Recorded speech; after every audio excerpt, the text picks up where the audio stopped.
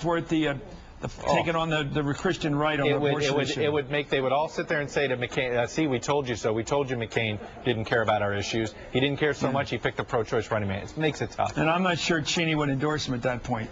I think it would get really tough. Anyway, I think Cheney doesn't like Tom Ridge too much. Anyway, I just love these intramurals. We'll see. I love these intramurals. I love to know who doesn't like somebody. Anyway, thank you very much, Chuck Todd. You got it, bud. Speaking of which, let's turn now to former House Majority Leader Tom DeLay. I know you don't care about these things. Who doesn't like who, right? Yeah, right. Do you think it's possible that McCain will overcome his distaste for Mitt Romney and put him on the ticket and win this thing by going into those states that the Democrats used to own, Pennsylvania, Ohio, Michigan? I think it's very possible. I think Romney is certainly the top leader right now on the list.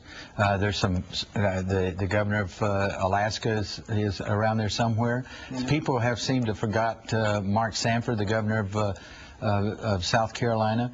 But Romney, yes. And what's interesting, I can't dispute anything that you've shown here, other than the fact that's a development for us. Other than the fact, objective truth here for you. The toss-up map is the most important thing to look at, and we're back to 2000, 2004. The states on the red and blues are pretty much the same. You have those toss-ups. It's really down to New Mexico, Iowa, Michigan. Now look at New that, Hampshire. though, Mr. DeLay. Look, you got Virginia on the toss-up. You got Pennsylvania toss-up. These states have never been toss-ups, so we might have an exciting campaign. Yeah. Let me ask you about your Republican Party, which you've fought so hard, and some people would say a little bit over the top, and winning for grabbing some of those CDs down in Texas in an off year. You're grinning, but nobody liked it. On the other side, the Republicans did. I know you liked it, and the people you put in office did. Tom Davis, your colleague for Virginia, who's retiring, and he's been a very active party builder with you, a moderate Republican. He said if the Republican Party were a dog food, it would be taken off the shelves right now. Is it that bad? It's pretty bad. Yeah, and I'm through with pointing fingers as to who's the problem.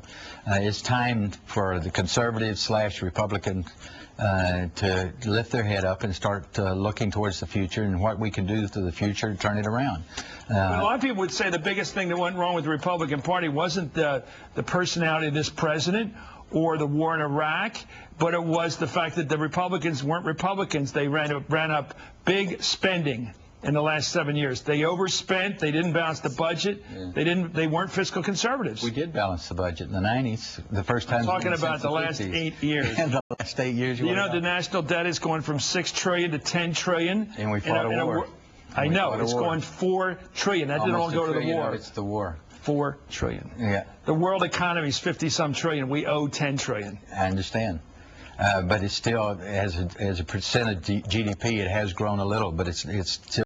Are you John Kenneth Galbraith now? Those are the old liberal arguments. It's a percentage of GDP. You don't think overspending's been a problem for the Republicans? The perception of overspending is a problem for the Republicans, and it's a bad problem for the Republicans.